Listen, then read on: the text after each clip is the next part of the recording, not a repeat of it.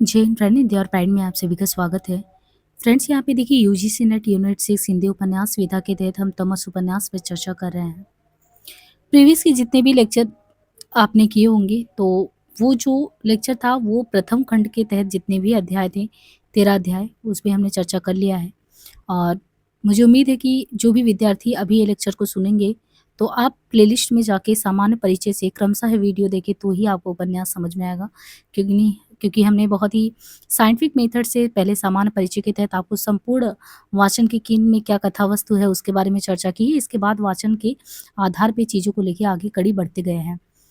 और यहाँ पे एक चीज़ आपको और भी बता दें कि जब भी आप जो है वाचन सुने 15-16 घंटा टाइम दें तो एक अपने पास पेन और कॉपी ज़रूर रखें, ठीक है? इससे क्या है, इम्पोर्टेंट चीज़ें हाइलाइट करते चलें या अपनी चीज़ों को रिकॉल करते चलें, क्योंकि इतना समय देने के बाद अगर आपका क्वेश्चन गलत हो जाता है तो बहुत ही ज़्यादा मतलब आपके अंदर भी ये ग्लानिबोध होगा कि हमने इतना टाइम दिया फिर भी चीज़ें गलत हो रही हैं। तो इसलिए आप वो जो है चीज़ों को साथ में करते चलें, हम बताते रहेंगे कि आपको इम्पोर्टेंट पॉइंट क्या है।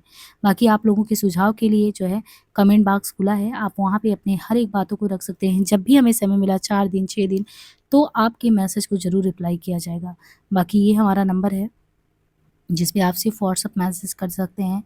अगर एक पेड क्लास भी चलता है, अगर किसी को हमसे जुड़ना होगा हमेशा, मतलब कि एक अपनी दिशा देनी होगी और लगातार असफलता वगैरह यूजीसी नेट में लग रहा होगा तो वो जुड़ सकते हैं। बाकी तो हम यहाँ पे आपके लिए उपलब्ध हैं ही यूट्यूब पे, और आप लोगों का प्यार भी बहुत मिल रहा है जिसकी वजह से वही ऊर्जा का केंद्र है जो हम सतत आपको बिना बाधित हुए लेक्चर को प्रोवाइड कर पा रहे हैं। हाँ, लाइव क्लास नहीं आ पा रहा है क्योंकि आप देखिए दिवाली है, सब लोग घर गए हैं और मैं भी घर पे हूँ। फिर भी मैं चाहती हूँ कि आपकी पढ़ाई ना बाधित हो, इसलिए हम लगातार जो है आपको प्रीमियर क्लासेस दे रहे हैं।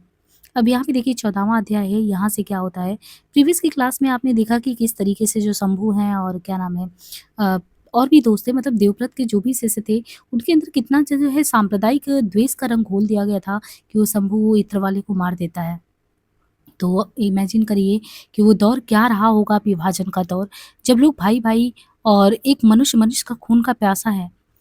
पहली बस कानपुर से चलकर सुबह 8 बजे गाँव पहुँचती थी, वो नहीं आई। पहली बस कानपुर से चलकर सुबह 8 बजे गाँव पहुँचती थी, वो नहीं आई। उसके बाद हर घंटे 2 घंटे के बाद शहर की ओर से भी और कानपुर की ओर से भी बसें आती थीं। आज दोपहर हो गई, एक भी बस नहीं आई। चाय की दुकान में केतली पर चढ़ाया गया पानी सुबह से खौलता रहा। दुकान के सामने दोनों बेंच खाली पड़े थे। पहले बेंचों पर भीड़ लगी रहती थी। गाँव का कोई आदमी नहीं था जो आता-जाता हरनाम सिंह की दुकान पर न बैठता हो। हरनाम सिंह? वही जो हरनाम, एक सिख व्यक्ति, और उसके यहाँ पे वो चाय बेचता था। खानपुर वाली बस चलकर सुबह 8 बजे 9 बजे गाँव पहुँचती थी, पर आज वो भी नहीं आया। और लोग उसके यहाँ पे आते थे, चाय पीते थे, गप्पेबाजियाँ होती थी। बस स्टॉप पर 2-3 झबरले कुत्ते घूम रहे थे। चारों ओर जैसे सख्ता-सा छा गया। स्त्री की सूझ पहनी होती है। यहाँ पे देखिए एक पंक्ति कहा गया है, स्त्री की सूझ पहनी होती है। बंतो यानी हरनाम की पत्नी, उसने कल शाम से ही कहना शुरू कर दिया था कि इस गांव से निकल चलो, खानपुर चले चलो, जहां हमारे और सगे संबंधी रहते हैं। सारे गांव में अकेले ये दो जीव, यानी पूरे ही गांव में अकेले अकेले अगर देखे तो ये दो जीव सिख परिवार के थे, बाकी सारा गांव मुसलमानों का था। पर हरनाम सिंह माने नहीं। चलती दुकान छोड़कर वो कैसे भाग जाए? झगड़े फसाद तो होते रहते, पर काम धंधा थोड़ी बंद होता है। फिर जाए तो कहाँ जाए? शहर में जाए, पहले से ही आग लगी है। खानपुर में जाए तो वहाँ हमारा कौन खिलाने के लिए बैठा है? पीछे किसी ने दुकान लूट ली तो फिर खाएंगे कहाँ से? बेटे के पास जाए, बेटा तो 20 मील दूर मीरपुर गांव में बैठा है। जैसे हम यहाँ अकेले वैसे वो वहाँ पे मीरपुर में अकेला। जहाँ बैठे हो गुरु महाराज के आश्रय वहीं बैठे रहो। उसके पास पहुंच भी गए तो वो हम बूढ़ों की जान बचाएगा अपनी? अपनी जेब से भी खाएंगे तो कितने दिन और कोई खिलाएगा? और चौकी पर बैठा हरनाम गोद में रखे हाथ जोड़ देता है और कहता है, जिसके सिर ऊपर ही तू सुहामा सो दुख कैसा पावे। हे मालिक, जिसके सिर पर तेरा हाथ है वो दुख क्यों कर पाएगा? उसकी पत्नी हरनाम की बंतो सुनती और चुप हो जाती। फिर जब अंदर ही अंदर उसका दिल डूबने लगता तो कहती, चलो मेरी बहन के गांव चले चलो, वो तो नजदीक है, वहां गुरुद्वारे में पड़े रहेंगे। बहन के पास नहीं रहेंगे, वहां सिख संगत बड़ी है, अपने लोगों का आसरा होता है। पर हरनाम वो भी नहीं माना। उसे अंदर ही अंदर विश्वास था कि और लोगों के साथ भले ही बुरा भला हो, इसके साथ नहीं हो सकता। ये पंक्ति इंपॉर्टेंट है। सूड़े भागे भारिये असा कदे किसी बुरा दाना चेतिए, बुरा नहीं कीता इत्थों दे लोगी वे साड़े नाल भाड़वा वांग रहे हन। तोरी आंखें सामड़े करीम खान दसवारा कह गया है, चुपचाप बैठे रहो, तुहाड़े वल कोई आके चुपके भी नहीं खड़गा। करीम खान तू बड़ा मोतबर तड़े कौन है, इक्को इक्के 10 सिख खरगे। गिरी वालिया ना तू साढ़े हद चुक दिया, गिरते ना आएंगी। सुड़े भाड़े भारी है, हमने किसी को कुछ देना नहीं है। हमने किसी का कभी बुरा नहीं चेता, कभी बुरा नहीं माना। ये लोग भी हमारे साथ कैसे बुरा कर सकते हैं? तेरे सामने कुछ नहीं तो 10 बार करीम खान कह गया है, आराम से बैठे रहो। तुम्हारी तरफ कोई आंख उठाकर भी नहीं देखेगा। अब करीम खान से बड़ा मोतबर इस गांव में तो और कौन होगा? सारे गांव में एक ही तो सिख घर है। इन्हें गैरत नहीं आएगी कि हम नियत्ते बूढ़ों पर ये लोग हाथ उठाएंगे? बंतु फिर चुप हो गई। तर्क का जवाब तो तर्क में दिया जा सकता है, पर विश्वास का जवाब तर्क में कैसे दे? जहां बंतु का दिल किसी किसी वक्त डूबने लगता, वहां हरनाम सिंह एक बार भी विचलित नहीं हो। उसका चेहरा बराबर खिला रहता। सारा वक्त वो गुरु महाराज का नाम लेता और उसे देकर बंतों को वितरण मिलता। पर आज कोई बस नहीं आई थी, एक भी ग्राहक दुकान पर नहीं चढ़ा और सड़क सूनी। बल्कि 2-3 बार इक्के दुक्के आदमी, जिन्हें उसने पहले कभी नहीं देखा था, गांव की ओर आते जाते दिख रहे थे। उनके घर की ओर घूर घूर कर देख भी रहे थे। और जब दोपहर ढलने को आई तो ढक्की पर से उसे किसी के कदमों के परिचय से आहट आई। करीम खान लाठी टेकता चला आ रहा। हरनाम सिंह का ढाठस बंधा। करीम खान कुछ बताएगा, कोई सुझाव देगा, कोई तरकीब करेगा। यहाँ खतरा हुआ तो हम करीम खान के डेरे पर चले जाएंगे। करीम खान दुकान के सामने आया पर रुका नहीं, न ही हरनाम सिंह की ओर मुंह किया। केवल चाल धीमी कर दी और खखारने के बहाने बुदबुदाया, हालात अच्छी नहीं हरनाम, तू चला जा। 2-1 कदम जाकर फिर बोला, गांव वाले तेरे वल अख भी नहीं चुकड़वे। बाहरों लोका दे, आड़ा दी डर है, उन्हें ना रोकड़ा साड़े, बसदा नहीं। और फिर खांसता हुआ लाठी पटपटाता आगे बढ़ गया। तभी पहली बार हरनाम सिंह के विश्वास की टीक पूरी तरह से हिल गई। करीम खान रुका नहीं तो इसका मतलब है सचमुच खतरा है, और जो करीम खान आया है तो जोखिम भी उठाकर आया होगा। फिर भी हरनाम सिंह इतना घबराया नहीं जितना उदास हो गया। बैराग का भाव उसके दिल में ज्यादा उठा, क्षोभ क्रोध भय आदि का कम। 5-1 मिनट के बाद करीम खान फिर लौट कर आया। फिर वैसे ही ढक्की चढ़ते, कमर पर हाथ रखे, हाँफते खखारते उसने कदम धीमे किए और बुदबुदाया, देर नहीं कर हरनाम, हालत चंगी नहीं है, बारो बलवाइया दे आड़ दा डर है। और उसी तरह कमर पर हाथ रखे हाँफता हुआ ढक्की चढ़ने लगा। हरनाम कहाँ जाए? मीलों दूर तक रास्ते और मैदान और घाटियां फैली थी। करीम ने तो कह दिया कि चले जाओ, मगर कहाँ? उन्हें कहाँ आश्रय मिल सकता है? 60 की उम्र और साथ में औरत जात, वो कितनी दूर तक भाग कर जा सकता है? फिर भाग कर जाएगा भी तो कहाँ? मन के अंदर से फिर एक बार आवाज आई, कहीं नहीं जाओ, यहीं बने रहो। जब बलवाई आए तो दुकान भी हाजिर कर देना और जान भी। यहाँ मर जाना अच्छा है, परदेशों की खाक छानने से कौन आएगा हमला करने? बार बार वो सोचता, पर यकीन नहीं हो पाता कि गांव का कोई आदमी उस पर हमला करने आएगा या गांव वाले बारी वालों का हमला कर देंगे। हरनाम उठकर पीछे कोठरी में आ गया जहां बंतु बैठी थी। करीम खान आकर कह गया है कि यहाँ से निकल जाओ, बाहर से बलवाई आ रहे हैं। क्षण भर में बंतु के सारे शरीर में खून की जगह पानी भर गया। बैठी की बैठी रही, रात सिर पर आने वाली थी और कई बार ठौठराना कुछ पता ही नहीं। और उधर अंधेरी कोठरी में खड़ा उसका पति और साथ की मूर्ति लग रहा था। पर अब ना सोचने का वक्त था, ना ज्यादा देर ठहरने का। जितनी जल्दी हो सके अंधेरा पड़ते ही यहाँ से निकल चलो। मैं तो अब भी कहता हूँ यहीं बैठे रहो, कहीं नहीं जाओ। फिर उसने एक और दीवार के साथ टंगी अपनी दोनाली बंदूक की ओर इशारा करके कहा, मरने मारने पर नौबत आ गई तो मैं पहले तुम्हें मार दूंगा, फिर अपने को मार डालूंगा। बंतु चुप सुनती रही। क्या कहें, क्या मसवरा दे, सामने चारा ही क्या था। हनम दुकान के चबूते पर लौट आया। टाट के नीचे से कमाई के पैसे निकाले, फिर अंदर आया, बक्से में से पूंजी के पैसे निकाले, फिर नोटों को अलग से छाट लिया और रोजगारी वहीं पे यानी रेजगारी वहीं छोड़ दी। नोटों का पुलिंदा आकर के बंडी के जेब में रख लिया, फिर कोठरी के अंदर दीवार पर टंगी बंदूक उतार ली और उसे कंधे से लटका लिया। उसकी समझ में नहीं आ रहा था कि क्या ले जाए क्या नहीं। दुकान की रजिस्ट्री के कागज ले लूं, पर उन्हें ढूंढने निकालने का वक्त तो था नहीं। बंतु की भी यही हालत थी, अपना जेवर उठा लूं, खाने के लिए कुछ थोड़ा बहुत ले लूं, 2 रोटियां सेक लूं, रास्ते में कहाँ कुछ खाने को मिलेगा, अपने कपड़े बदल लूं, बाहर जाऊं तो कपड़े उजले पहन कर जाना चाहिए। पर बंतु को भी समझ में नहीं आ रहा था क्या ले जाऊं क्या छोड़ूं। गहनों की पोटली का क्या करूं? उसने पूछा। इन्हें बदन पर पहन लूं? पहन ले, हरनाम ने कहा। फिर तनिक सोचकर बोले, तेरे गहने देख कर ही तुझे कोई मार डालेगा, उन्हें दुकान के पीछे तू गाड़ दे। बंतु ने कमीज के नीचे जेवर पहन लिया, कुछ रुमाल में लपेट कर ट्रंक के अंदर छोड़ दिया, बाकी जेवर पिछवाड़े जमीन में गाड़ आई जहां उन्होंने सब्जी की क्यारियां लगा रखी थी। कोठरी में संदूक रखे थे, खेस दरिया, पूरे के पूरे बिस्तर थे जो बेटी के ब्याह के समय बनवाए थे। कितना कुछ था और कुछ भी नहीं उठाया जा सकता था। 2 रोटियां सेक लूं, जाने कहाँ कहाँ भटकना होगा। रोटियां सेकने का कहाँ वक्त रह गया। भली लोग पहले जाने का सोचा होता तो ये भी कर लेते। तभी कहीं दूर से ढोल बजने की आवाज आई। दोनों एक दूसरे की ओर देखते रहे। बलवाई आ गए हैं, खानपुर की तरफ से आए जान पड़ते हैं। उधर ढोल बजने की आवाज आई। इधर गांव के पार से नारे लगने शुरू हो गए, या अली, अल्लाह अकबर, ये अशरफ और लतीफ होंगे।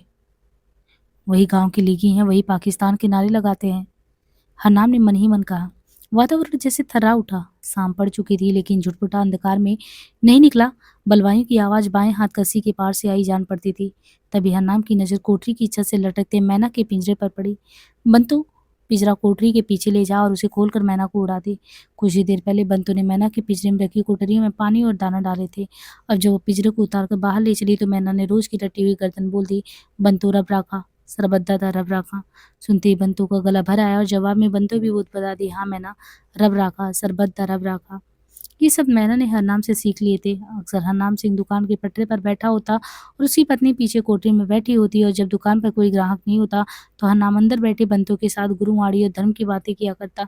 कभी उठते बैठते वो कहा करता, रब राखा, सरबत दा रब राखा। और मैंने इन शब्दों को घर में दोहराने लगी थी। मैंने के मुंह से ये सब सुनकर बंतों को बड़ी ताकत मिली।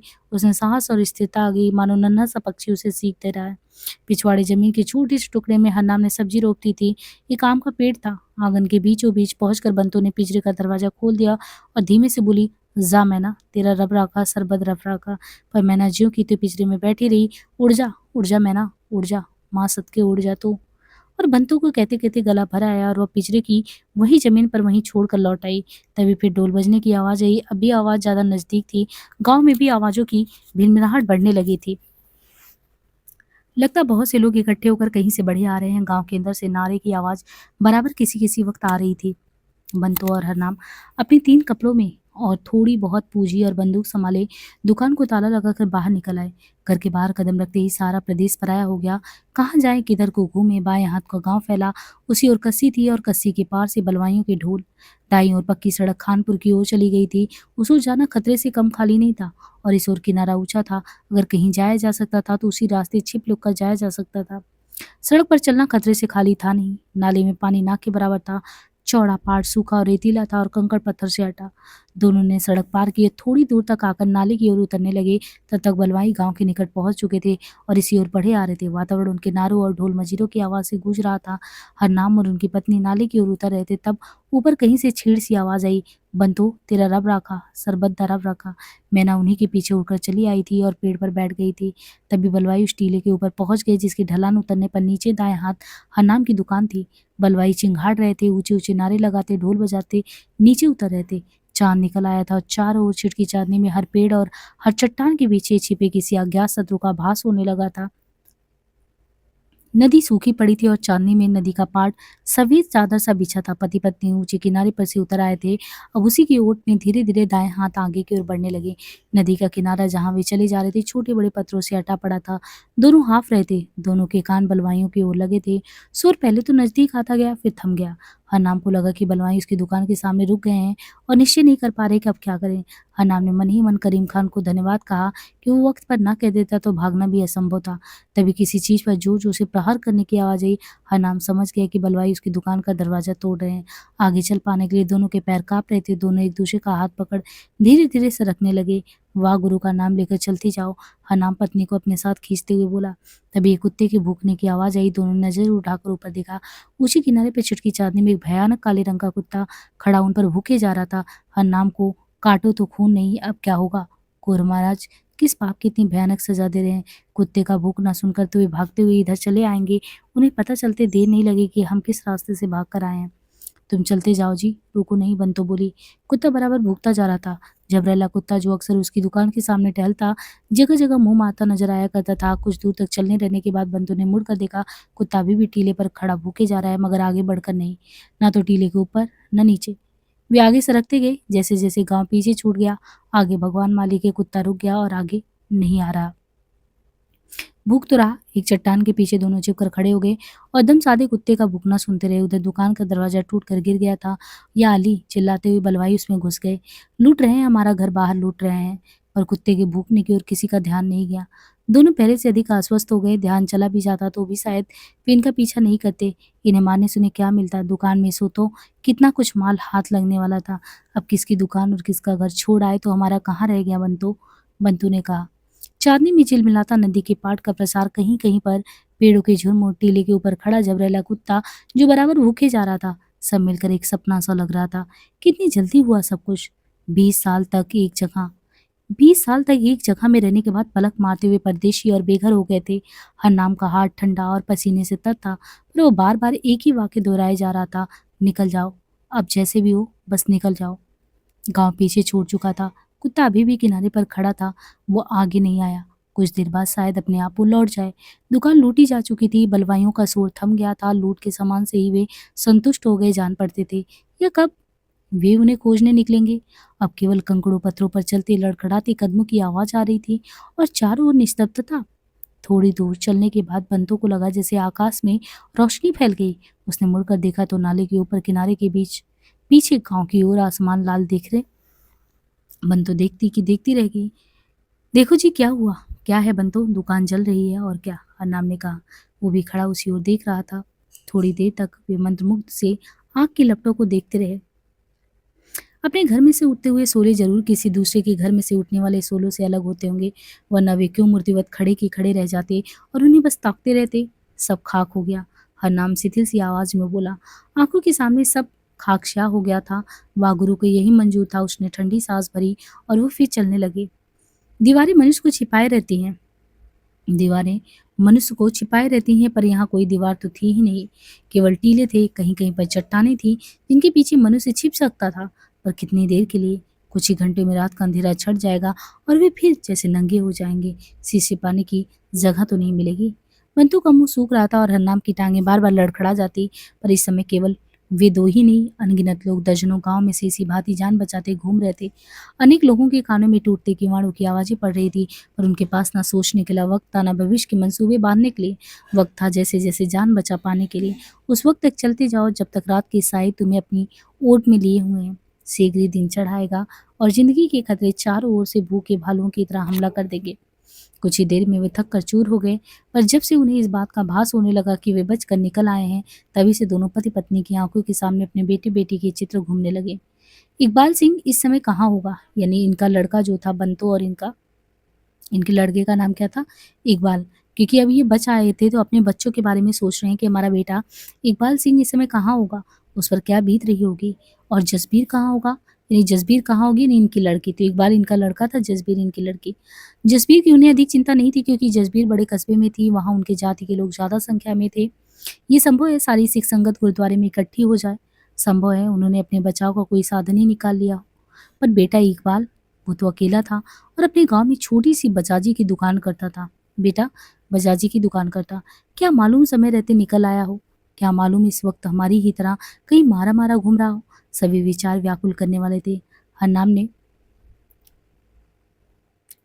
आंखें बंद करके और हाथ जोड़कर गुरु महाराज का नाम लिया और फिर उनकी वाणी के वही शब्द दोहरा दिए। उन्होंने कहा, जिसके सिर ऊपरित सुआमी सो दुख कैसा पावे। जपो पटने का समय हुआ तो एक छोटी सी झरने के किनारे पत्थरों पर वो बैठे थे। हरनाम इस इलाके से परिचित थे। वे ठोक मुरीदपुर एक छोटी से गांव के निकट पहुंच चुके थे। रात सारी चिंता उधेड़ बुन और पांव घसीटने में लग गई थी, पर पांव फटने से पहले अनायास ही जैसे मन को शांति मिली। हवा में दूर सी तैरती हुई लकुटों के बौर की गंध आई। ठोक मुरीदपुर में लुकाटों के भागते और उनके बीच में से झरने बहते थे। चांद का रंग पहले नारंगी लाल पड़ गया, फिर उसमें चांदी सी घुलने लगी। स्वच्छ नीलिमा आकाश में फैलने लगी। आसपास पक्षी चहचहाने लगी। मुंह धो लो बंतो, फिर जब सी महाराज का पाठ करने चले गए। प्रातः की सुहावनी घड़ी में हरनाम का विश्वास फिर से जैसे लौट आया। जब आएंगे कहाँ? बंतो ने चिंतित आवाज में पूछा। दिन भर मारे मारे कहाँ फिरेंगे? 2 रोटियां सेक ली होती तो कोई बात नहीं होती। दिन भर बेशक यही किसी पत्थर की ओट में पड़े रहते। इसी ढोक में चलकर किसी का दरवाजा खटखटाते, उसके दिल में रहम हुआ तो आसरा दे देता, ना हुआ तो गुरु महाराज का मंजूर होता। तुम इस ढोक में जानते किसी को नहीं हो? हरनाम ने मुस्कुराकर कहा। जहाँ सब कुछ जानता था वहां किसी ने आसरा तो दिया नहीं, सामान लूट लिया और घर को आग लगा दी। यहाँ जानने वाले से क्या उम्मीद हो सकती है? उन लोगों के साथ तो मैं खेल कर बड़ा हुआ। प्रातः का झुटमुट साफ होने पर दोनों उठकर गांव की ओर जाने लगे। पहले पेड़ों का एक झुरमुट आया। सतूत और शीशम के पेड़ थे। झुरमुट के बाहर बहुत छोटा सा कब्रिस्तान था। उसमें छोटी फूटी टूटी फूटी कब्रें, छोटी बड़ी उन्हीं की, एक और किसी पीर की कब्र भी थी, क्योंकि उस पर दिया टिमटिमा रहा था और हरी झंडियां जो थी वो लटक रही थी। फिर खेत आए। गेहूं पक गए थे और कटाई के दिन नजदीक थे। फिर सपाट छतों वाली मिट्टी की कोठी सामने आ गई, जिनके बाहर गाय भैंसे बंधी थी। कहीं कहीं पर यहाँ पे मुर्गियां भी अपने से अपनी चूजों के साथ चुगे भी कर रही थी। बंतु, अगर वे लोग मारने पर उतारू हुए हैं तो मैं पहले तुझे खत्म कर दूंगा, फिर अपने को। जीते जी मैं तुझे दूसरों के हाथ में नहीं पड़ने दूंगा। तभी वो गांव के बाहर ही आए। पहले घर के सामने रुक गए। दरवाजा बंद था। बदरंग सा मोटी लकड़ी का दरवाजा। न जाने किसका घर था, कौन लोग हैं, दरवाजे के पीछे कौन रहता है। दरवाजा खुलेगा तो किस्मत जाने क्या गुल खिलाएगी। हरनाम ने हाथ ऊपर उठाया। क्षण भर के लिए उसका हाथ टिटकरा। फिर उसने दस्तक दी। अब यहाँ से शुरू होता है 15वां चैप्टर। अब यहाँ पे देखिए 15वें अध्याय में क्या होता है। अब क्योंकि हरनाम और बंतो जो है अपनी जान बचाने के लिए वहाँ से निकल पड़े हैं, और ये पहुँचते पहुँचते गुरुद्वारा जब पहुँचते हैं तो वहाँ पे देखते हैं कि गुरुद्वारा तो खचाखच भरा था और संगत मस्ती में झूम रही थी। बस अनमोल समय था। रागी पूरी तन्मयता से आंखें बंद किए गा रहे थे, तुम बिन कौन मेरे गोसाई। संगत में सबके हाथ जुड़े हुए, आंखें बंद और सिर वजद में हिलते हुए कोई कोई व्यक्ति हाथ पर ताल दिए जा रहा था। ये कुर्बानी की आवाज़ शताब्दियों के फासले लाकर फिर से गूंज रही थी। 300 साल पहले भी ऐसा ही गीत दुश्मन से लोहा लेने से पहले गाया जाता था। 300 साल पहले। और ये जो था आत्म बलिदान की भावना से ओतप्रोत, वे सब कुछ भूले हुए थे। इस बिलख क्षण में उनकी आत्मा अपने पुरखाओं की आत्मा से जा मिली थी। वे फिर से जैसे अतीत में जा पहुंचे थे। तुर्कों के साथ लोहा लेने के फिर से समय आ गए थे। सिख जाति पर फिर से संकट आया और फिर से तुर्कों की ओर से ही आया। उनकी चेतना फिर से शताब्दियों पहले के वायुमंडल में सांस लेने लगी। लश्कर किस ओर से आएगा अभी तक मालूम भी नहीं था। बाहर से आएगा या गांव के अंदर से ही दुश्मन चिघाड़ता हुआ निकलेगा, अभी तक स्पष्ट नहीं था। दुश्मन का कोई एतबार नहीं था, पर संगत का प्रत्येक सिंह सिर हथेली पर हाथ रखे बैठा था। गुरुद्वारे के अंदर रोशनी पिछली 2 खिड़कियों में से आ रही थी, जिनके ऊपर लाल, हरे और पीले रंग के शीशे लगे थे। लकड़ी के 4 खंभों के बीच गुरु ग्रंथ साहब की चौकी थी और चौकी के इर्द गिर्द पीतल का कटहरा बना था। चौकी को लाल रंग के रेशमी कपड़े से, जिस पर सुनहरे रंग की किनारी लगी थी, ढक दिया गया, जिसका एक सिरा नीचे फर्श तक फैला था, जहाँ सफेद चादरें बिछी थी। जगह जगह चौकी के सामने फर्श पर सिक्के, दुअन या कन्या ये सभी पड़े थे। आटे के ढेर लगे थे। प्रवेश करने पर गुरुद्वारों के बाईं ओर स्त्रियां बैठी थी। सभी ने दुपट्टों में मुंह सिर लपेट रखा था। सभी के चेहरे दमक रहे थे। सबकी आंखों में कुर्बानी का नूर चमक रहा था। किसी किसी स्त्री की कमर से कटार लटक रहा था। प्रत्येक नर नारी का रोम रोम इस बात को महसूस कर रहा था कि सिख इतिहास की लंबी श्रृंखला में वो भी एक कड़ी है, जो इस संकट के समय अपने पुरखाओं की ही भांति आत्म बलिदान के लिए मैदान में उतर रहे हैं। असला पिछले बरामदे में तथा ग्रंथी की कोठी में इकट्ठा किया जा रहा था। गांव में 7 गुरसिंहों के पास 2 नाली बंदूकें थी और 5 बक्से कारतूसों के थे। जत्थेदार किशन सिंह सुरक्षा का प्रबंध कर रहा था। किशन सिंह पिछली जंग में वर्मा की लड़ाई में भाग ले चुका था और वर्मा की लड़ाई के दांव पेच वो अपने कस्बे के मुसलमानों पर चलाना चाहता था। सुरक्षा की कमान संभालते ही वो घर जाकर अपनी खाकी कमीज पहन आया था, जिस पर सरकार इंग्लिसिया के 3 तमगे और अनगिनत रंगीन फीते लगे थे। कमीज मुचड़ी हुई थी, पर इस वक्त लोहा करवाने का वक्त नहीं था। 2 बंदूकों का एक मोर्चा गली के बाएं सिरे पर एक मकान में बनाया गया था और 2 ही बंदूकों का मोर्चा गली के दाएं छोर पर था। बाद में दाएं हाथ वाला मोर्चा नकारा साबित हुआ, क्योंकि उसी घर में रहने वाला सरदार हरि सिंह अपने हमसायों पर गोली चलाने से अंत तक कतराता रहा। बाकी 3 बंदूकों का मोर्चा गुरुद्वारे की छत पर बना था और किशन सिंह स्वयं सारा वक्त छत पर कुर्सी बिठाकर बैठा रहता, इन्हें बिछाकर। बंदूकों का इस्तेमाल बस इतने तक ही था। बाकी हथियार, भाले, बर्छे, तलवारें, लाठियां ये सब तो थे ही। गुरुद्वारे की पिछली दीवार के साथ वो असला सजा दिया गया था और रंग बिरंगी मखमली मियानों में बंद तलवारें एक साथ एक दीवार के साथ खड़ी थी। खिड़की में से धूप की किरण सीधी उन पर पड़ रही थी, जिसे वह अत्यंत प्रभावशाली लग रही थी। रोशनी की किरण भालों और बच्चों की नोकियों पर भी पड़ रही थी, जिसे वो झिलमिला रही थी। कछुक ढालों में भी निहंग शस्त्रों से मिली हुई थी। 2 निहंग सिख छत पर पहरा दे रहे थे। नीला बाना, नीली पगड़ी और पगड़ी के ऊपर लोहे का चक्र और पीला कमरबंद। दोनों छाती ताने भाले हाथ में संभाले एक छत के एक सिरे पर दूसरे सिरे पर दूर दूर तक नजर डाले खड़े थे। कौन जाने लश्कर किस ओर धूल उड़ाता चला है। निहंग सिंह जी भाला नीचा कर दो, धूप में उसकी नोक चमकती है, दुश्मन उसे दूर से देख सकता है। एक बार किशन सिंह ने समझाते हुए निसंग सिंह को कहा। जो निहंग सिंह है, उन्होंने बर्छा नीचे कभी किया ही नहीं। तो निहंग सिंह ने जवाब दिया और जो करते हो भाला उठाए क्षितिज पर आके गाड़े रहा। निहंग सिखों की आंखों के सामने वही पुरानी लड़ाइयों के चित्र घूम रहे थे, जब लश्कर कूच किया करते थे, तलवारें चमकती थी, घोड़े हिननाते थे, नगाड़े और संग गूंजते थे। इसी की कल्पना करते हुए उनके दिल में सिक्खी जोश हिलौरे मारने लगी। दो निहंग नीचे गुरुद्वारे के प्रवेश द्वार पर तैनात थे। दोनों के हाथ में बर्छे थे और दोनों बड़ी मुस्तैदी से खड़े थे। दोनों ने मूंछों को ताव दे रखा था और नीचे बाने पर पीला कमरबंद बांध रखा था। पुराने जमाने में खालसा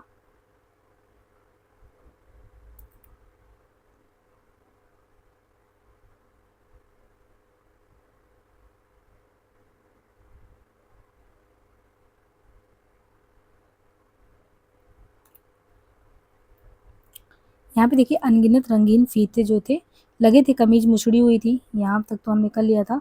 पुराने ज़माने में जो खालसा पीला बाना पहनकर रणभूमि में उतरता था, इस वातावरण में हर किसी की कोशिश थी कि जहाँ तक हो सके अपनी पोशाक में भी उसी अखंड परंपरा का कोई ना कोई चिन्ह आ सके, जिनसे वे अपने अतीत के साथ और गहरे जुड़ सके। बिशन सिंह जो था वो मनिहारी वाले ने बिशन सिंह मनिहारी वाले ने जिसकी ड्यूटी खालसा लंगर में लगाई गई थी, वो पीले रंग का रेशमी रुमाल अपनी पगड़ी में खोसे रखा था। कौन? बिशन सिंह ने। बसंत पंचमी के मेले के बाद उसने पीले रंग का रुमाल अपने बेटे के सिर पर से उतार कर जेब में डाल दिया और आज अचानक जेब में हाथ डालने पर उसे ये रुमाल मिल गया और अपनी उसी पगड़ी पे इसने खोस लिया। संगत में किसी न किसी ने भी कमरबंद बांध रखा था, पर अधिकांश लोग सलवार कमीज में ही थे और तो और सरदार किशन सिंह ने भी तमगो वाली खाकी मस्जिद के नीचे पजामा ही पहन रखा था।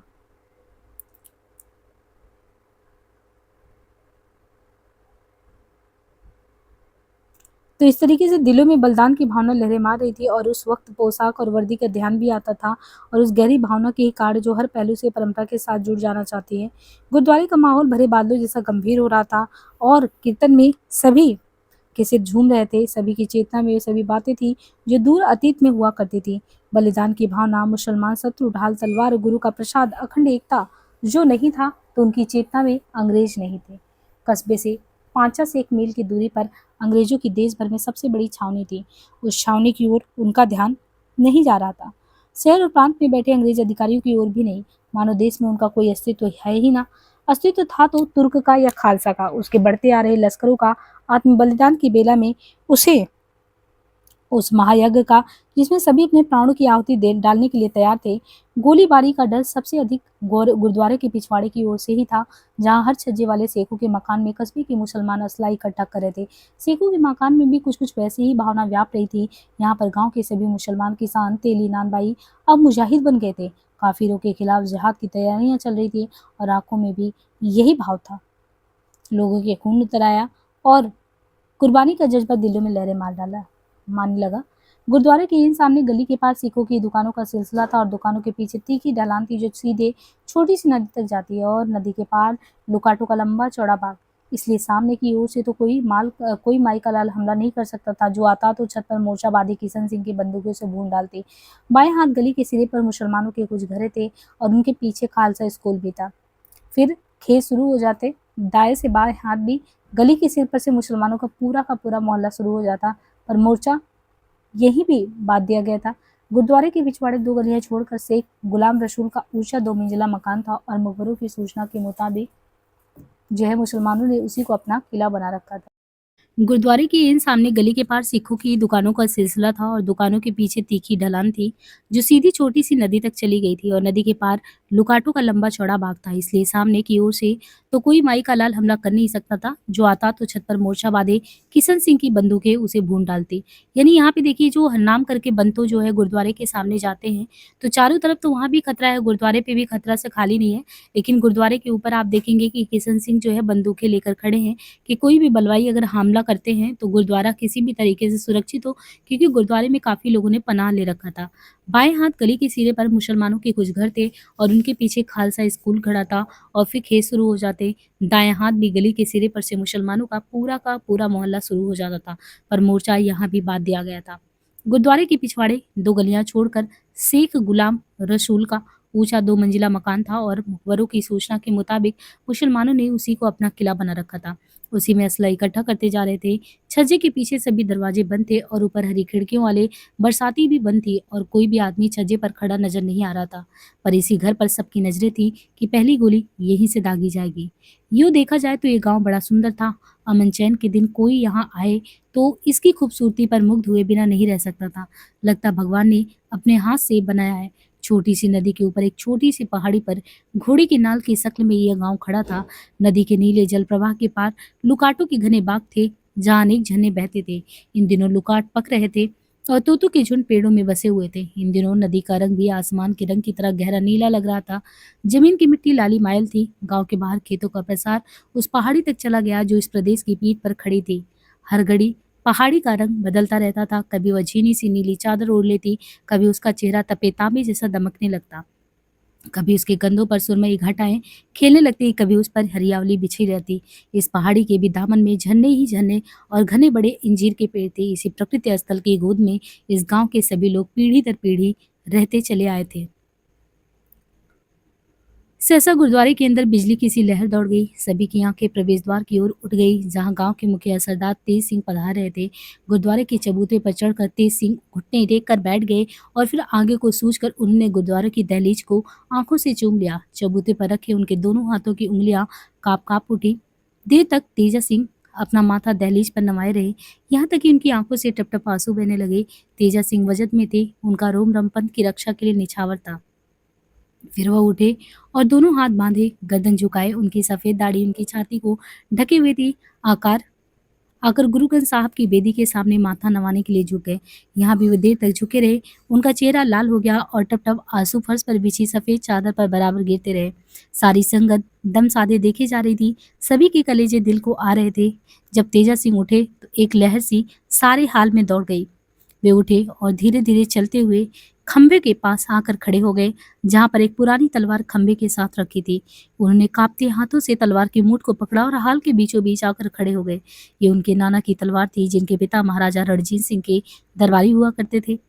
हाथ में तलवार उठने की या उठाने की देरी थी कि संगत में बलिदान भावना का जैसा ज्वर उमड़ा, सिर झूमे उठे। दरवाजे के पास खड़े युवा प्रीतम सिंह के मुंह से अनायास नारा उठ पड़ा, जो बोले सोनी हाँ। सारी संगत ने एक जवान होकर उत्तर दिया, सत श्री अकाल दे। क्योंकि संगत नहीं चाहती थी कि दुश्मन का पता चल पाए कि गांव की सारी जनता से गुरुद्वारे में जमा है। लेकिन कुछ बातों पर इंसान का कोई बस नहीं चलता। इस तीव्र असहनीय भावना को नारे के द्वारा ही व्यक्त किया जा सकता था। बूढ़े हाथों ने तलवार की मूठ को पड़का, उसे उठाकर दोनों आंखों से चूमा तो सारी संगत ने सिसकी भरी। प्रवेश द्वार पर खड़े निहंग का सिर दाएं बाएं झूलने लगा। सैकड़ों सिर हिलने लगे। आज फिर खालसा पंथ को गुरु के सिंह के खून की जरूरत है। उन्होंने कांपते हुए भाव उद्वेलित आवाज में कहना शुरू किया, हमारे इम्तिहान का वक्त आ गया, हमारी आजमाइश का वक्त आ गया। महाराज का इस वक्त एक ही हुक्म है, कुर्बानी, कुर्बानी और कुर्बानी। तेजा सिंह के मस्तिष्क में सुनहरी धूल उड़ने लगी। यही मस्ती थी, यही वजह था। सभी भावनाएं एक सब कुर्बानी पर आकर केंद्रित हो गई। अरदास पढ़ो, गुरु के सिंह अरदास पढ़ो। सारी संगत उठ खड़ी हुई, हाथ जुड़ गए, माथे झुके, सभी कंठ मुखरित हुई। गुरुद्वारा गुरुवाड़ी से गूंज उठा। देर तक अरदास पढ़ी जाती रही। अंतिम शब्दों पर आवाज अपने आप और ऊंची हो गई, राज करेगा खालसा, याकी रहे ना कोई। आवाज की लहरें सारे गुरुद्वारे के वायुमंडल में लहरों की तरह उठ रही थी। अरदास खत्म होने की देर थी कि प्रवेश द्वार पर खड़े निहंग सिंह ने हाथ ऊपर उठाया और तीखी ऊंची आवाज में, यहाँ तक कि उसके गले की नसें उभर आई और आंखें बंद हो गई, फिर से नारा लगाया, जो बोले सोनिहाल। जवाब में संगतों ने हाथ उठाकर छाती में गहरी सांस भरकर नारे का उत्तर दिया, सत श्री अकाल। नए बलबले उठने लगे। नारों की गूंज में एकता और बलिदान की भावना और भी अधिक उग्र उठी। तभी बाहर कुछ दूरी पर गगनभेदी आवाज सुनाई दी, नारे ये तकबीर। और जवाब आया, अल्लाह अकबर, नारा ये तकबीर, अल्लाह अकबर। प्रवेश द्वार पर खड़े निहंग सिंह ने फिर हाथ की मुट्ठी भींची और उसे कंधों के ऊपर उठाकर नारा मारने जा रहे थे कि तेज सिंह ने रोक लिया, बस काफी है, दुश्मन को पता चल गया है। पर मुसलमानों के जवाबी नारे से संगतों के कुछ कुछ वस्तुस्थिति का बोध भी हुआ। हम नहीं चाहते कि दुश्मन को हमारी ताकत का पता चले। हम ये भी नहीं चाहते कि उन्हें पता चले कि सिख संगत गुरुद्वारे में इकट्ठी हो चुकी है। ये नीति की बात है। इस पर संगतों की स्थिति का ब्यौरा देते हुए बोले, हमने कोशिश की है कि जिले के हाकिम आला डिप्टी कमिश्नर साहब बहादुर को इत्तला कर दे कि मुसलमानों ने यहाँ कौन सी हरकतें करना शुरू कर दी। रिचर्ड साहब को मैं जानता हूँ, बड़े ही मुनसफ मिजाज और बड़ी सूझबूझ वाले सज्जन हैं। हम इससे ज़्यादा कुछ नहीं कर सकते कि हाकिम आला तक अपनी आवाज़ पहुँचाएं। तरह तरह की खबरें हमारे पास पहुँच रही हैं। हमें पता चला है कि रहीम तेली के घर में असला इकट्ठा किया जा रहा है। ये भी पता चला है कि गहरे नीले रंग की एक मोटर दोपहर के वक्त शहर की तरफ से आई थी और कस्बे के बाहर फजलदीन स्कूल मास्टर के घर के सामने रुकी भी थी और उनमें से कुछ सामान फजलदीन को दिया गया था। इसके बाद मोटर सीधी आगे निकल गई और मोटर जगह जगह जाती और रुकती रही। ये भी पता चला है कि यहाँ के मुसलमानों ने मुरीदपुर के मुसलमानों को खबर भेजी है कि असला लेकर यहाँ पहुंचे। हमने पूरी कोशिश की है कि शेख गुलाम रसूल और गांव के और मुसलमानों के साथ बात करें, पर उनका कोई एतबार नहीं। आपने कोई कोशिश नहीं की, ये सरासर झूठ है। सहसा संगत के अंदर से आवाज आई और गुरुद्वारे में सख्ता छा गया। ये कौन था बीच में बोलने वाला? गुरुद्वारे में बैठे लोगों के तेवर चढ़ गए। एक दुबला पतला सा युवक उठ खड़ा हुआ। हमें ये नहीं भूलना चाहिए कि हम लोगों को मुसलमानों के खिलाफ भड़काया जा रहा है और मुसलमानों को हमारे खिलाफ भड़काया जा रहा है। हम झूठी अफवाहें सुन सुनकर एक दूसरे के खिलाफ तहस में आ रहे हैं। हमें अपनी तरफ से पूरी कोशिश करनी चाहिए कि गांव के मुसलमानों के साथ मेलजोल बनाए रखें और हतुल वसा कोशिश करें कि गांव में फसाद ना हो। बैठ जाओ बैठ जाओ। कौम के गद्दार कौन है ये? मैं नहीं बैठूंगा भाइयों। मैं अभी भी कहूंगा कि हमें भी शेख गुलाम रसूल और गांव के ही संजीदा मुसलमानों से मिलना चाहिए। अगर शेख गुलाम रसूल नहीं मानता तो ना सही, गांव में और बहुत से संजीदा मुसलमान हैं जिनके साथ मिलकर हमें गांव में अमन बनाए रखना चाहिए। अगर उन्हें मुरीदपुर से असला आ रहा है तो क्या हम लोग कोटा से असला मंगवाने की कोशिश नहीं कर सकते? कत्ले उगारत कोई नहीं चाहता। कस्बे के सिख और मुसलमान आपस में मिले और गांव में अमन बनाए रखे। मैं आज ही सुबह गुलाम रसूल और कुछ मुसलमानों से मिला हूँ। तुम वहाँ क्या करने गए थे? क्या लगते हैं वे तुम्हारे? तेरा बाप लगता है गुलाम रसूल। मुझे बोलने दो। शरारत बाहर के गांव वाले करेंगे। हमें पूरी कोशिश करनी चाहिए कि इस गांव में बाहर के लोग नहीं आए। इसका एक ही तरीका है कि यहाँ के अमन पसंद सिख और मुसलमान मिलकर उन्हें रोके। वे हमारे डर से असला इकट्ठा कर रहे हैं और हम उनके डर से असला इकट्ठा कर रहे हैं। मुसलमानों का कोई एतबार नहीं, बैठ जाओ। ये लोग कहते हैं कि सिखों का कोई एतबार नहीं है, बैठ जाओ। एक बड़ी उम्र का आदमी उठकर खड़ा हो गया और सोहन सिंह को संबोधन कर गुस्से से कांपते होठों के साथ बोला, तू कौन है बीच में बोलने वाला? तेरे होठ पर अभी तक तेरी माँ का दूध नहीं सूखा है, बड़ों की बात में तू बोल रहा है। तीन चार सरदार जगह जगह पर उठ खड़े हुए थे। तुम जानते हो, शहर में उन्होंने मंडी को जला दिया। ये सब अंग्रेजों की शरारत है। सोहन सिंह की आवाज और ऊंची उठी। हमारा लाभ इसी में है कि फसाद ना हो। सुनो भाइयों, शहर से आज कोई बस नहीं आई। रास्ते कटते जा रहे हैं। ये सारा इलाका मुसलमानी है।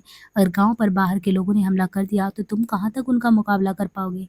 कुछ ये भी सोचो, काउटा से तुम्हें कितनी मदद मिल जाएगी। तुम ऐंठ कर किस बात पर रहे हो? थोड़ी देर के लिए गुरुद्वारों में चुप्पी छा गई।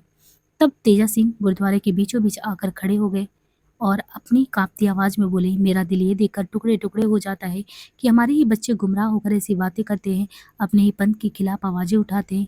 क्या हम फसाद चाहते हैं? मैंने खुद शेख गुलाम रसूल से कहा है कि उसने दिल पर हाथ रखकर कहा कि गांव में कुछ नहीं होगा। और मेरे पीठ मोड़ने की देर थी कि खालसा स्कूल पर कुछ लोगों ने हमला किया। वहाँ का पंडित चपरासी मार डाला गया और मुसलमान उसकी बीवी को उठाकर ले गए। ये खबर मैंने अभी तक आपको नहीं बताई क्योंकि मैं नहीं चाहता था कि आपको इत्तला दिलाऊं। गम और गुस्से की लहर फिर गुरुद्वारे में दौड़ गई। आपको किसी ने गलत खबर दी है। सोहन सिंह ने फिर बोला, खालसा स्कूल पर हमला जरूर हुआ था, लेकिन गांव के मुसलमानों ने हमला नहीं किया। ठोकिलाही बख्श से कुछ गुंडे आए थे, पर मीरदाद हमारा साथी जो शहर से आया वो वक्त पर पहुंच गया। उसने और गांव के दो और लड़कों ने बीच बचाव करके हालत को बिगड़ने से बचा लिया। चपरासी को केवल चोटें आई, वो मरा नहीं है। और उसकी बीवी को भी भगा कर कोई नहीं ले गया, वो भी स्कूल में मौजूद है। ये मिर्दाद कौन है? एक सरदार बोला। मैंने इस मिर्दाद के साथ कहवा खाने में बैठे इसे देखा है। न जाने आपस में क्या बातें करते रहते हैं। जब मुसले हमारी औरतों की असमत लौट रहे थे, इधर हमारे ये लड़के मुसलों से गट्ठम गट कर रहे थे। फिर उसी दुबले पतले सरदार की ओर मुखातिब होकर बोला, हमें क्या समझते हो? मुसलों को जाकर समझाओ। क्या सिखों ने किसी को अभी तक मारा है? किसी को घर लूटा है? बड़ा आया हमें उपदेश देने वाला। हवा फिर बदल गई थी। दरवाजे पर खड़ा निहंग सिंह चलता हुआ कदम बढ़ाता दुबले पतले सरदार के पास आया और सीधा एक धौल उसका गर्दन पर जमा दिया। बस बस मत मारो। पास बैठे कुछ लोग उठ खड़े हुए और निहंग सिंह का हाथ रोक दिया।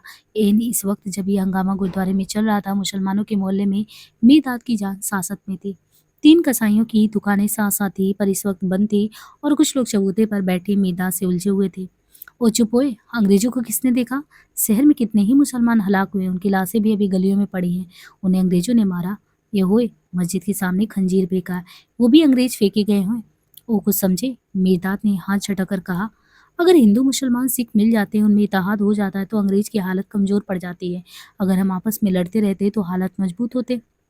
वही घिसा पीटा तर्क। जिससे ये लोग आज रोज सुनते आते, पर अब पानी सिर से ऊपर जा रहा था। इस तरह का कहीं कोई असर भी नहीं था। ज़ाज़ा, सिर पर बादाम रोगन की मालिश कर। मोटे कसाई ने कहा, हमारा अंग्रेज ने क्या बिगाड़ा है? ओए, हिंदू मुसलमान की अदावत पुराने जमाने से चली आ रही है। काफिर काफिर है, और जब तक दीन पर ईमान नहीं लाएगा वो दुश्मन ही है। काफिर को मारना सवाब है। ओ सुन चाचे, मिर्दाद बोला, राज किसका है? किसका है? अंग्रेज का है। और किसका? फौज किसकी है? अंग्रेज का। कसाई बोला, तो अगर वो लड़ाई रोकना चाहे तो रोक नहीं सकते? रोक सकता है, पर वह हमारे मजहबी मामलों में नहीं पड़ता। अंग्रेज बहुत इंसाफ पसंद लोग हैं। मतलब कि हमें एक दूसरे का सिर काटे और वो मजहबी मामला कहकर तमाशा देखते रहे। फिर वह हकीम कैसा हुआ? इस पर मोटा कसाई बिफर उठा, सुनो ए मेदात, लड़ाई हिंदू मुसलमान की है, इसमें अंग्रेज का दखल नहीं है। तो इधर बकबक नहीं कर। अगर बाप का बेटा है तो जा, इसी वक्त जा गुरुद्वारे में। तू उनको समझा कि असला इकट्ठा नहीं करे। उन्हें जाकर मना ले, ये मान जाएंगे। अपना असला बारूद गुरुद्वारे में छोड़कर अपने अपने घर चले जाए। हम भी लड़ाई नहीं चाहते, हम भी अपने अपने घरों में जा बैठेंगे। बस मर्द का बेटा है तो जा, जा उनसे बात कर, इधर हमारा मगज ना खा। जब से फिसादों का तनाव शुरू हुआ था, मेदात कस्बे में जगह जगह नानबाई की दुकान पर, गंडा पीट चाय पीने वाले की दुकान पर, से की बैठक में, कुएं झलार पर, जहां 5-4 आदमी बैठे दिखते ही यही चर्चा ले बैठता। लोग उसकी बात को सुनते, क्योंकि वो 2 अक्षर पढ़ा हुआ था। लाहौर, बम्बई, मद्रास तक घूम भी आया था, और जब अपने छोटे भाई अलादाद के पास शहर से आया था, मगर कस्बे में तनाव बढ़ने पर वो बाहर से तरह तरह की खबरें आने लगी। वो उतर अकेला होता गया। उसकी बात में वजन इसलिए भी नहीं था कि उसके पास अपनी जमीन नहीं थी, न जमीन न मकान, और नानबाई की दुकान के बाहर खाट बिछाकर सोता था। शहर से इसलिए आया था कि यहाँ एक स्कूल खोलेगा। यानी क्या सोच के आया था मेदात? स्कूल खोलेगा। गांव के लोग समझते थे कि स्कूल बन जाने से उसे कमाई का छोटा मोटा साधन तो मिल ही जाएगा, जबकि ये विचार मेदात के मन में था ही नहीं। वो स्कूल के माध्यम से कस्बे के लोगों के मिल बैठने का स्थान जुटाना चाहता था, ताकि हर कोई आ जा सके, लोग बैठे, कोई उन्हें अखबार पढ़कर सुनाए, भी मसले मामलों की चर्चा करे, जिससे उसकी सूझबूझ बढ़े। इस समय उसे देवदत्त ने कस्बों में जमे रहने और फिसाद को रोकने के लिए भेजा था। किसने भेजा था इसको मीरदाद को? देवदत्त ने। हरबंस सिंह को भी इसी काम के लिए भेजा गया था। दोनों एक ही पार्टी के कार्यकर्ता थे, दोनों के संबंधी इसी कस्बे में रहते थे, पर दोनों में से किसी की भी दाल नहीं गली। किसकी? यानी हरबंस सिंह को भी। तभी कसाईयों की इन दुकानों के पास एक छोटी सी घटना घट गई। दुकानों से हटकर गली के अंधेरे हिस्से में एक टाट के पर्दे के पीछे बैठा एक आदमी इनकी बातें सुन रहा था। वो गुरुद्वारे से भेजा गया मुखबिर था। आसपास मुसलमानों के घर थे, पर इस बीच वाले घर में, जिसके टाट के पर्दे के पीछे गोपाल सिंह बैठा था, बूढ़ी विधवा चंदन देई रहती थी। पिछले घर की दीवार फांद कर गोपाल सिंह यहाँ बैठा हुआ था, ताकि मुसलमानों की योजनाओं का पता लगा सके। मिर्दात और कसाईयों के बीच बातें सुनते हुए एक बार उसने टाट का पर्दा उठाया और चुपचाप गली में सरक कर साथ वाले मकान के चबूते के पीछे छिपकर बैठ गया। यहाँ से वार्तालाप उसको सुनाई दे रहा था। घरों के दरवाजे बंद थे और गली में अंधेरा था, और उसने सोचा कि अगर कहीं से आहट सुनाई दी तो झट से उठकर टाट के पर्दे के पीछे छिप जाएगा। लेकिन इसका उसे मौका मिला ही नहीं। उसके कान वार्तालाप पर लगे थे। जब सहसा उसके पीछे आहट हुई, उसने घूम कर देखा तो गली के चुटपुटे में बगल वाले मकान में से एक आदमी चबूतरे की 2 सीढ़ियां उतरकर सीधा गोपाल सिंह की ओर बढ़ा। सरदार जी को काटो तो खून नहीं। अंधेरे में वो दृश्य उसे बेहद भयानक लगा। वो आदमी चमुदी पर से उतर आया था और अपने दोनों हाथ कमीज के नीचे किए हुए था, मानो अपना तमंचा या खंजर निकाल रहा हो। गोपाल सिंह मुखबिर हड़बड़ा कर उठ खड़ा हुआ और उसके मुंह से चीख निकल गई। टाट के पर्दे की ओर तो क्या लपकता, वह सीधा सिर पर पांव रखकर वहां से भागा। इस हड़बड़ी में वह उस आदमी से बुरी तरह टकरा गया, जो कमीज के नीचे से तमंचा निकालने जा रहा था। वास्तव में टक्कर होने से पहले वो आदमी अपना आजार पसंद खोल कर नाली पर लगभग बैठ चुका था। गोपाल सिंह मुखबिर की नजर उसके पोपले मुंह, घुटे हुए सिर और लगभग आंधी आंखों की ओर नहीं गई। टकराव में बूढ़ा नूर खान गली में गिर पड़ा और फिर उसके मुंह से भी चीख निकली, मारी मत्ता ओ मारी मत्ता। ये सब पलक मारते हो गया था, और बूढ़े नूर की आवाज और भागते कदम की आवाज सुनकर कसाईयों की दुकान पर से 2 आदमी बर्छे उठाए एक साथ लपक पड़े। अशरफ कसाई तो सीधा भागते आदमी के पीछे भागा और जोर से अपनी लाठी फेंकी। लाठी मुखबर को नहीं लगी, पर उसके करीब ही गिरने पर उसका साहस छूट गया और वो भी चिल्ला उठा, बचाओ बचाओ, मार डाला। तभी और लोग भी गली में आ गए। बूढ़ा नूरू अभी भी नाली के किनारे उकड़ू पड़ा था और नाड़ा उसके हाथ में था, और बिलबिलाती सी आवाज में अभी भी बोले जा रहा था, मारी दत्ता ओ मारी दत्ता। गली में से अशरफ की आवाजें लगाई जाने लगी, लौट जाओ, आगे नहीं जाओ, वापस आ जाओ। उस वक्त गली में खड़े लोगों में से मेरदात आगे बढ़ा और बूढ़े नीरू को उठाने की कोशिश करने लगा। इस पर मोटा कसाई आग बबूला हो गया। देख लिया वो मेरदात के बच्चे, नूर को अंग्रेज ने मारा। चला जा यहाँ से खुदा, नहीं तो मुझसे बुरा कोई नहीं होगा। इसी वक्त चला जा, दूर हो जा, हमारी आंखों से हट जा। और मीरदाद को करीब करीब धक्के देकर वहां से निकाल दिया। न घर न घाट, न आगा न पीछा, अमन करवाने आया है। ओ तू है कौन? जिन्हें माँ नहीं पूछती हमारे पास चले आते हैं, मुफ्तखोर कहीं के।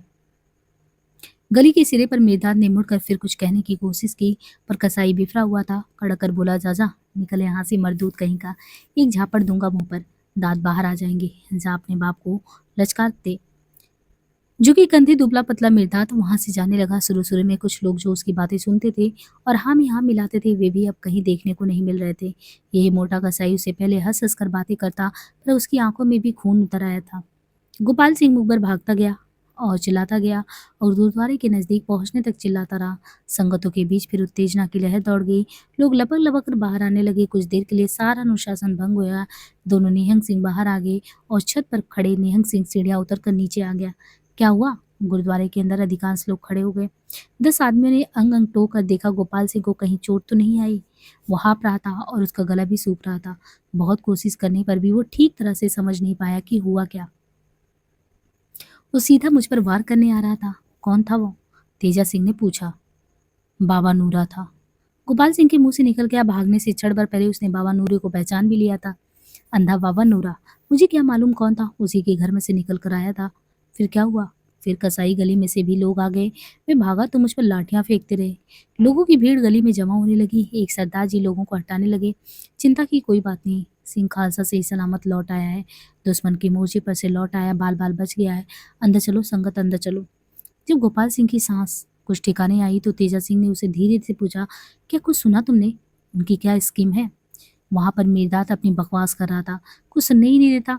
मोटा कसाई उसे कह रहा था, जा गुरुद्वारे वालों को समझा। हमें क्या समझाता है? वे अपने अपने घरों को चले जाए तो हम भी अपने अपने घरों को चले जाएंगे। ऐसा ही कुछ कह रहा था। संगत गुरुद्वारे में लौट आई। फिर गोपाल सिंह की इस चिल्लाहट से जोश और अधिक फैलने लगा। कीर्तन फिर से होने लगा और छेने तबले और बाजे की आवाज और ऊंची होने लगी। देख लिया, देख लिया सरदार। एक आदमी गुरुद्वार के बीचों बीच खड़ा सोहन सिंह पर बरस रहा था। बचकर निकल आया। मुसलों ने उसे मारने की तो पूरी कोशिश की। अब देख लिया, बड़ा आया हमें उपदेश देने वाला। इस पर एक और सरदार जी ने उठकर कहा, मेरा सुझाव है कि इस आदमी को नजरबंद कर दिया जाए, कालकोठरी में डाल दिया जाए। इस पर हमें विश्वास नहीं, क्या मालूम है उसकी मुखबरी करता हो। इस पर निहंग सिंह ने आगे बढ़कर सोहन सिंह को एक और धौल जमा दिया। बस बस, मारो नहीं, मत मारो। समझाना है तो जाकर अपने चाचों को, उन सेखों को समझाओ जिनकी बगल में सारा वक्त बैठे रहते हो। जाओ यहाँ से। और कीर्तन फिर से जारी हो गया। सांझ उतरने लगी थी। गुरु ग्रंथ साहिब की बेदी के दाएं बाएं छत से लटकते 2 फानुसनुमा लैंप जला दिए गए। लैंप के नीचे बैठे तेजा सिंह की नीली पगड़ी के नीचे उनका सफेद दुपट्टा और सफेद दाढ़ी रोशनी से चमक उठे। रोशनी स्त्रियों के दमकते चेहरों पर पड़ रही थी। भावनाओं से उत्तेलित उनके चेहरे, उत्कंठा, भय, अथाह श्रद्धा और विश्वास सभी उनकी आंखों में छाए थे। कहीं कहीं किसी युवती की चकित आंखें गुरुद्वारों का अनूठा दृश्य देखी जा रही थी। इन युवतियों में जसबीर भी बैठी थी। जसबीर याद हो तो उन्हीं की हरनाम की बेटी, हनाम चाय वाले की बेटी, जो इसी गांव में ब्याही थी और जिसने अपने पिता से अटूट धार्मिक प्रेरणा जन्म घुट्टी से ली थी। जिस समय अरदास गाई जा रही थी उसी समय संगत में बैठे लोगों की आवाज से एक आवाज मेल नहीं खा रही थी। वो थी जसबीर की आवाज। पतली ऊंची तीखी आवाज पर वह निसंकोच गाई जा रही थी। एक छोटी सी कृपान काली पट्टी से बधी सारा वक्त किसकी कमर में झूलता रहता। संगत में सभी लोग इस आवाज को पहचानते थे और सभी उसे गुरु बेटी कहकर बुलाते थे। जसबीर का खिला हुआ चौड़ा चेहरा सबसे अधिक दमक रहा था। अपने हाथ से जसबीर गुरुद्वारे की सीढ़ियां धोया करती। जो रेशमी कपड़ा गुरु ग्रंथ साहिब को ढकने के लिए रखा था उस पर जसबीर कौर ने ही बारीक कढ़ाई का काम किया था। उसके दिल में से ही तरह तरह के उलेले उठते। अपने आप ही उठकर संगतों को पंखा झलने लगती, ठंडा जल पिलाने लगती, संगतों की जूते की रखवाली करने लगती और मौज आती तो अपने दुपट्टे के छोर से संगतों के जूतों को पोंछ पोंछ कर उनके सामने रखती। उसका बस चलता तो संगत के चरण छू छू कर अपने हाथ से उन्हें जूता पहनाती। जब से संकट शुरू हुआ उसकी आंखें तेजा सिंह के मुखारबिंद पर लगी थी, मानो उसे मुखड़े से उस दैवी संदेश की अपेक्षा हो। पल पल छिन छिन वह उस संदेश को सुन पाने के लिए कान लगाए बैठी थी। कुछ कुछ ऐसी ही भावना गुरुद्वारे में बैठे सभी नर नारियों के दिलों में हिलोरे ले रही थी। तभी छत पर तैनात निहंग सिंह को गांव के पार दूर क्षितिज के पास धूल उड़ता नजर आया। धूल का बवंडर था। उसने आंख लगाकर देखा, धूल का बवंडर आगे बढ़ता आ रहा था। उसने किशन सिंह से कहा। किशन सिंह ने उठकर झरोखे में से देखा और देर तक देखता रहा। धूल का बवंडर ही था और इसे वो सचमुच बढ़ता आ रहा था। उसे पहले तो अपनी आंखों पर विश्वास नहीं हुआ, पर उसे देखते ही देखते गहरी भिनभिनाती सी आवाज उसके कानों में पड़ने लगी। उसका माथा ठनका। सभी को विश्वास था शरारत गांव के अंदर से होगी। कालू मलंग, अशरफ कसाई और नबी तेल, ये जैसे लोग फसाद पर तुले हुए जान पड़ते थे, पर बलवाई सचमुच बाहर से आ रहे थे। वो अभी खड़ा सुन ही रहा था कि ढोल बजने की गहरी दबी आवाज उसके कानों में पड़ी। देखते ही देखते स्थिति ने गंभीर और विकट रूप ले लिया।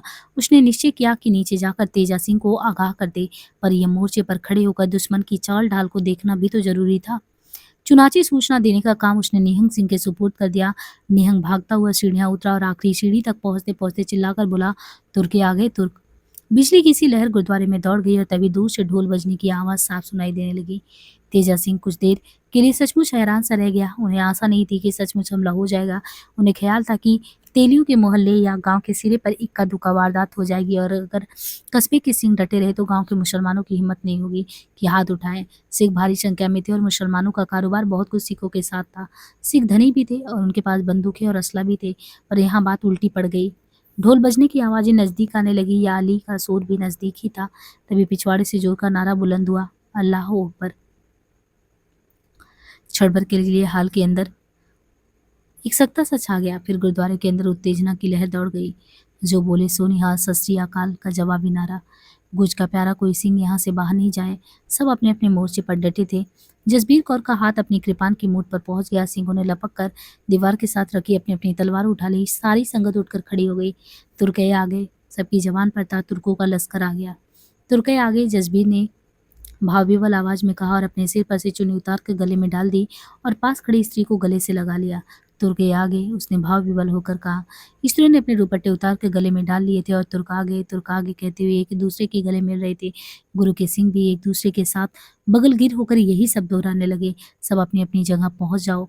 कछुक सिंह ने बाल खोल लिए थे और तलवारें मियानों में से निकाल ली थी। तुर्क आ गए, तुर्क आ गए। फिर एक साथ 3 कंठों से आवाज आई, जो बोले सो निहाल। फिर से सारा गुरुद्वारा गूंज उठा। युद्ध समिति के सदस्य सरदार मंगल सिंह सुनहार, प्रीतम सिंह वजाज और भगत सिंह पंसारी। कौन कौन थे यहाँ पे युद्ध समिति में? सरदार मंगल सिंह सुनार, प्रीतम सिंह बजाज और भगत सिंह पंसारी तीनों सीढ़ियां चढ़कर छत पर चले गए, जहाँ पे तेजा सिंह और किशन सिंह के साथ मिलकर युद्ध नीति पर विचार करने की जरूरत थी। ढोल मचारे बजाते तुर्क गांव में पहुंचे। शायद अपनी आमद की सूचना देने के लिए ही हवा में गोली चलाई थी। नारों से आकाश जो है गूंजने लगा, या अली अल्लाह अकबर, सत श्री अकाल। फिर किसी ने कहा कि तुर्क नदी की ओर से गांव की ओर बढ़ रहे हैं। इसका मतलब ये था कि पीछे से वे ढलान चढ़कर सिखों के घरों की लूटपाट करेंगे, आग लगाएंगे, क्योंकि घरों में इस वक्त कुछ बूढ़े लोगों के सिवाय जिन्हें धर्म रक्षा की उत्तेजना में उनके बेटे वहां छोड़ गए हैं, दूसरा कोई है ही नहीं। और सामान पर हाथ साफ करना बड़ा आसान था। शाम के साए वे पूरी तरह उतर नहीं पाए थे और नदी के रंग डूबते उतराते लालिमा। बाएं हाथ सिरे का मोर्चा उन घरों से दूर था जिनको इस समय तुर्कों से खतरा था। तभी बलदेव सिंह को अपनी माँ की याद आई। उसे वो घर में अकेला छोड़ आया था और दिन भर उसकी सुध भी नहीं ली। उधर अब माँ की जान पर आ बनी थी। संगत में और भी कछुक व्यक्ति ऐसे थे जिनका धक धक कर रहा था दिल। अब उनके बूढ़े माँ बाप पर क्या बीतेगी। बलदेव से रहा नहीं गया। देखते ही देखते उसने केस खोल दिए, पजामा उतार दिया, तलवार नंगी कर दी और एक कच्छा और बनियान पहने नंगी तलवार सिर के ऊपर झुलाता हुआ अपने घर की ओर भाग उठा। खून का बदला खून से लेंगे, वो चिल्लाया। कुछ लोगों ने उसे लौट आने के लिए पुकारा, पर वो बढ़ता गया। खून का बदला खून से लेंगे चिल्लाता हुआ गली में गया। हड़ियल दुबला पतला बलदेव भागते समय उसकी पतली सी टांगें बकरी की टांगों जैसी लग रही थी। लोगों को समझ में नहीं आया कि वो बाएं हाथ की गली की ओर क्यों भाग गया। सामने ढलान उतरता तो समझा जा सकता कि वो जोश में बलवाइयों से लोहा लेने जा रहा है। दाएं हाथ ज्यादा तो रास्ता कसाईयों की गली की ओर था। बाई ओर जाने में क्या तुक थी, वो क्यों गया। पर थोड़ी ही देर बाद वह गली में गुरुद्वारे की ओर लौट रहा था। वो अभी भी हाथ में तलवार को थामे हुए, पर अब वो उसे झुला नहीं रहा था। तलवार की धार भी शाम के साये में काली सी नजर आ रही थी। नजदीक आने पर लोगों ने देखा तलवार लहूलुहान हो रही थी। उसके बनियान और कच्छा पर लहू के छींटे थे। वो चिल्ला नहीं रहा था, न ही भाग रहा था, बल्कि कछु के चेहरे पर अजीब वहशत था। कुछ लोग समझ गए कि वह किसी की हत्या करके लौटा है। वो गली के नुक्कड़ पर रहने वाले बूढ़े लोहार करीम बख्श के सीने में तलवार भोंक कर आया था। तो किसको मार के आया था? करीम बख्श को। ये सोचकर कि माँ तो अब बच नहीं सकती, माँ को भी तुर्कों ने मौत के घाट उतार दिए होंगे, उसने खून का बदला खून लेने से ठान ली थी और बूढ़े करीम बख्श को उसने आड़े ले लिया। गांव पर साए उतर उतर आए। नारों की गूंज और अधिक तेज होने लगी। बाईं ओर ढलान के ऊपर सचमुच की मार तोड़ने और चिंगारने की आवाज आने लगी। गुरुद्वारे में उत्तेजना पराकाष्ठा तक जा पहुंची थी। और इस तरीके से यहाँ पे जो ये अध्याय है ये समाप्त हो जाता है। और अभी भी हमें बहुत सारे अध्याय को करना है। बहुत ज़्यादा तो नहीं है, लेकिन हाँ, बने रहिए लास्ट तक। बहुत ही दर्दनाक भयावह उपन्यास है। तो वो चीज़ें मतलब पढ़ते वक्त एहसास होता है कि क्या स्थिति रही होगी सांप्रदायिक दंगों के आधार पे, जिस तरीके से लोगों ने आपस में अपने आप को विभाजित कर लिया और सब एक दूसरे के खून के प्यासे हैं। तो ये चीज़ें तो अंदर से बहुत ही कँपाने वाली चीज़ें हैं। बाकी आप उपन्यास अच्छे से सुनते रहिए। कोई भी आपकी कमेंट हो, कुछ भी हो तो आप कमेंट बॉक्स में पिन कीजिएगा। जब भी समय मिलेगा हम उत्तर देने का प्रयास करेंगे। बाकी ये हमारा नंबर है, इस पे आप जो है मैसेज कर सकते हैं। किसी को पेड क्लास के लिए जुड़ना होगा लेकिन मैसेज करिएगा, कॉल नहीं करिएगा। आज के लिए इतना ही, धन्यवाद।